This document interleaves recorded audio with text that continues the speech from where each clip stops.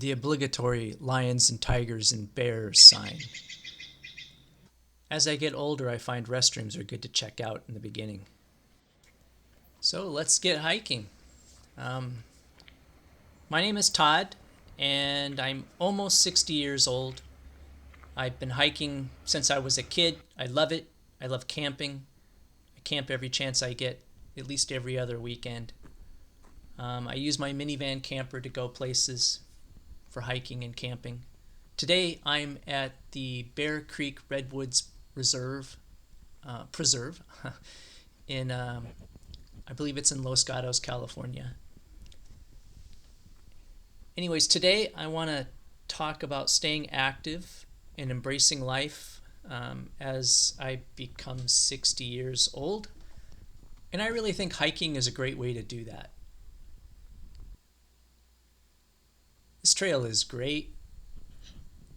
It's very easy on the legs. It's wide. I could probably drive my minivan most of this trail. It's so well constructed. Anyways, I find as I get older, physical health has become more important to me than it was when I was younger. I took it for granted when I was younger, but now I really do think about what I do and how I act and how that affects my physical health. And I found that having hobbies that work well to maintain your physical health are a great idea. And it happens that I enjoy hiking and camping and fishing and those kind of outdoor activities, but you could just as easily have a hobby of bicycle riding or playing tennis or soccer or even be like someone like Mark Sisson who does ultimate frisbee and paddleboarding.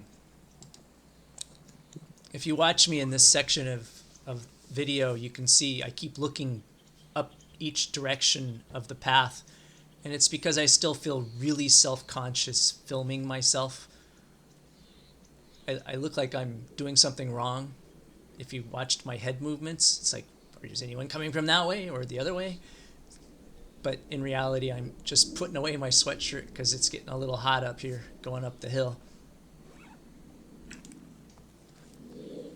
So going for hikes like this definitely helped my physical well-being, but it also helps my mental well-being. It's been proven that spending time in nature reduces stress, and hiking is a great way to get you out into nature. It's one of the best ways to get you out into nature. I really got started on hiking and really came back to camping again in later life. I hadn't camped for a long time except for with my boy and girl as part of Cub Scouts. But other than that, since I was maybe 17, I haven't done a lot of camping until I got much older. And some of the reasons I've now taken up hiking is because like 4 or 5 years ago, right around COVID time, I started having muscle problems. I frozen shoulder. I had in each shoulder. Some of that I attributed to a medication I was taking at the time, but some of it is just maybe because I wasn't taking care of my body as well as I should have, and maybe my diet wasn't ideal for me. But the other benefit of hiking and movement is the amount of energy that I have. It's increased over the last 5 years. I thought maybe I was going to go downhill for the rest of my life, but in reality, I have more energy now than I did 5 years ago. Some of the challenges that I've faced camping are in the beginning, say 5-6 years ago, I tried to camp in a tent and my back just couldn't take it. So I moved on to a cot with a big mattress on it. And that worked pretty well, but setting up the tent and the cot and the mattress was sort of like wrestling a greased pig. It was very difficult to get set up. It took me a long time.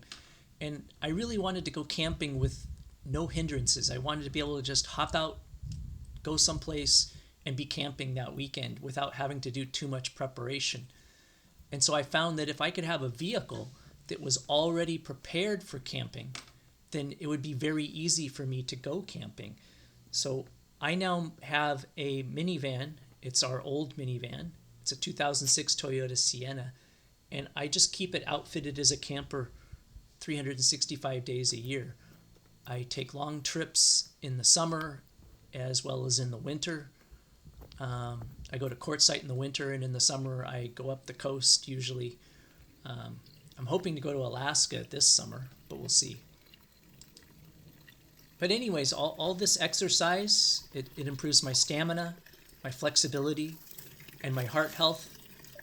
I've found that doing aerobic exercise such as hiking, coupled with days of strength training such as pull-ups or push-ups or chin-ups or various things like that, really work to reduce my risk of injury and even getting sick. I haven't gotten sick more than 2 or 3 times in the last 5 years, and it used to be that I got sick 5 times a year. I'm pretty sure I identified this particular flower on a previous hike at Henry Cove. Something to do with a hound's tongue or something like that. I'll try to see if I can figure out what that was. The other benefit of hiking is if you travel around and you find hikes on, say, All Trails or other means, websites, things like that, you start to discover places that you'd never heard of before, even though sometimes they're within 3 hours of your own home or less.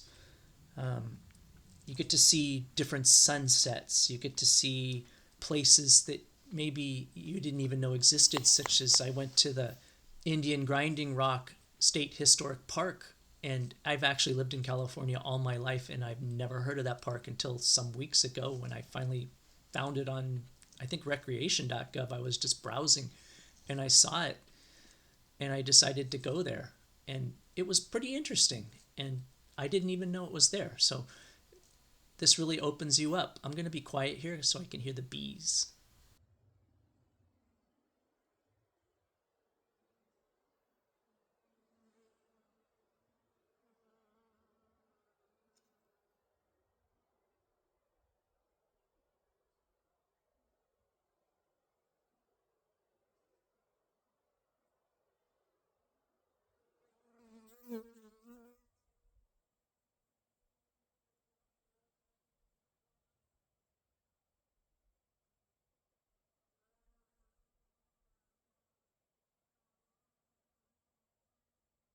Be very quiet. I'm hunting bees and butterflies.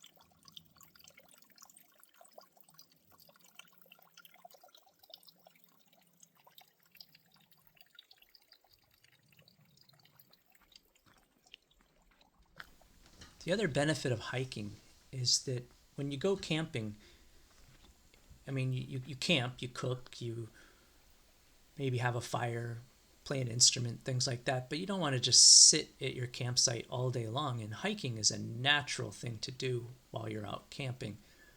Fishing also sometimes if there's water nearby, but hiking you can do from anywhere. I mean, worst case, you can hike around the campground that you're at or a dispersed area. I enjoy hiking everywhere I go, and I think it's a lifelong hobby that I'll be able to do at some level for the rest of my life, I hope. I also learn life lessons from hiking. When I navigate a difficult trail and I find my way either to the place or back home sometimes, and nothing beats camping someplace where you can go out and look at the night sky and see more stars than you'll ever see in the city. Nothing beats that. It's beautiful. Some tips if you're just getting started in becoming active at 60 or 70 or even 80. You can start any time. Just try to find activities that match the things you're interested in and the amount of energy that you have. If you want to hike, start with small, very short hikes. Just go someplace interesting, even in your car, and hike hike around someplace, a mall if necessary, or a park, or even a small hill. You'll find it very rewarding, and you'll get better and you'll get stronger, and it will all be worthwhile. But listen to your body and rest when you need it. And I'm not a doctor, and none of this construes any kind of medical knowledge or advice. But take your time and make sure you have proper shoes, and make sure you carry water if you go any place that's actually always carry water. It's never too late to pick up a new hobby. Just like it's never too late for this tree that was once burned to provide life for somebody new.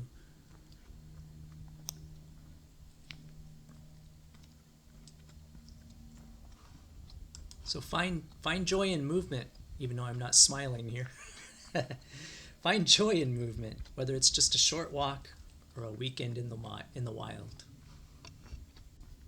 I know that I'm lucky and that I'm able to continue to do these things, and I know that I shouldn't take it for granted that I'll always be able to do this, but as much as I can, I want to continue on. I would love to invite you, my viewers, to share your experiences in the comments. I'm very interested in the things that you do to stay active and live vibrantly. And of course, if you could subscribe to my channel, hit the little bell, maybe even give me a like, that will help me out. And I hope to get more of these videos out as time goes on with other topics.